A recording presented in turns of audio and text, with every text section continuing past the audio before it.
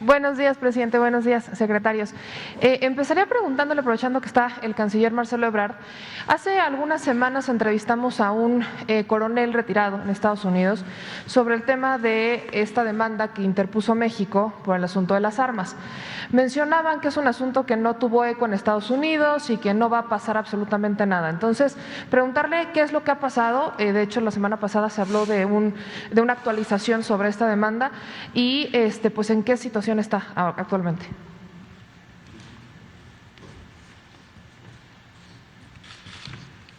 Bueno, muchas gracias. Difiero del comentario que refieres, porque es la primera vez que se admite en corte una demanda promovida por un gobierno, en este caso distinto al de Estados Unidos, un gobierno extranjero en Estados Unidos, respecto a la industria de armas. Todas las demandas anteriores, hasta donde tengo conocimiento, han sido internas, domésticas. Bueno, ¿qué ha pasado con esta demanda y en qué consiste? Es una demanda presentada por México contra 11 compañías de armas en la Corte de Massachusetts. Fue presentada el día 4 de agosto del 2021. ¿Qué es lo que México reclama en esa demanda? Que las prácticas de fabricación, distribución, publicidad y venta de estas empresas favorecen el tráfico y el uso de armas en México vinculado a la violencia. El argumento de las compañías es, bueno, yo vendo un arma y no es mi responsabilidad qué haces con el arma.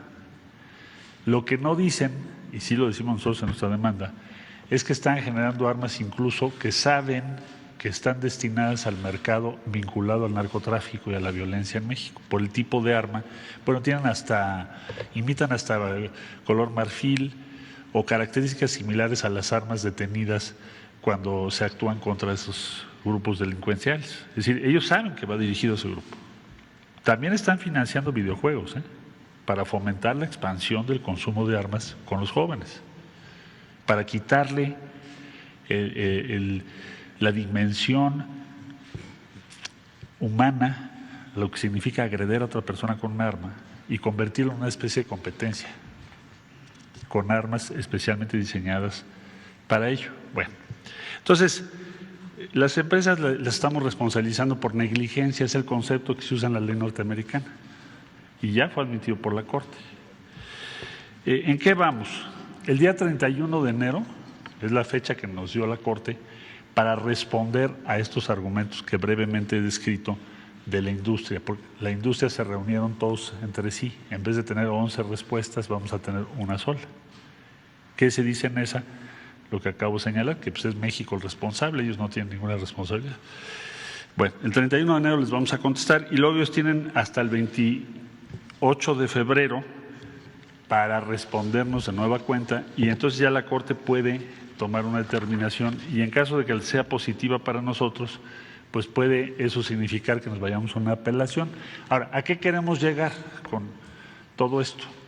A ver, hay un principio.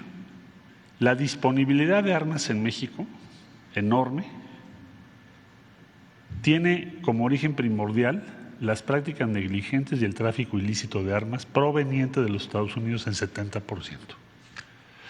Lógico, porque tenemos una frontera de 3,000 kilómetros. Si nosotros no reducimos la disponibilidad de armas, es casi impensable, imposible reducir la violencia. Eso está demostrado en todo el mundo. A mayor disponibilidad de armas, vas a tener mayor número de homicidios y más violencia, es lógico. Más personas con armas. Ahí están todos los casos muy lamentables que hemos visto en Estados Unidos respecto a lo que ha ocurrido en escuelas, centros comerciales. Recordarán ustedes el caso de El Paso, Texas, en ese caso en contra de mexicanas y mexicanos que perdieron la vida ahí, con un solo individuo que tenía 17 armas en su vehículo. Fue a comprar 17 armas y nadie le preguntó nada.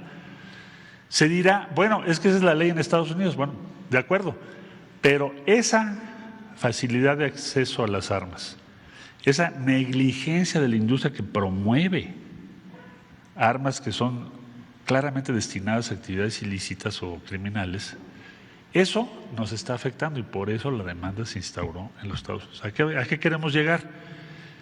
A que se les ordene modificar esas prácticas. ¿Por qué? Por lo que ya expliqué, porque genera violencia en nuestro país. Pensemos en todas las armas que hay en los asaltos, no solo las Barretts contra las fuerzas de seguridad del país, sino los asaltos en la calle. Alguien dice, bueno, es que son armas ligeras. Bueno, ¿ligeras en qué sentido? Ligeras, si te disparan con un arma de esas te pueden matar. ¿Ligeras para quién? Entonces estamos totalmente en contra de las armas, en contra de esa disponibilidad, en contra de esa fabricación de armas que va dirigida a los jóvenes, que va dirigida a promover la violencia solo por un negocio.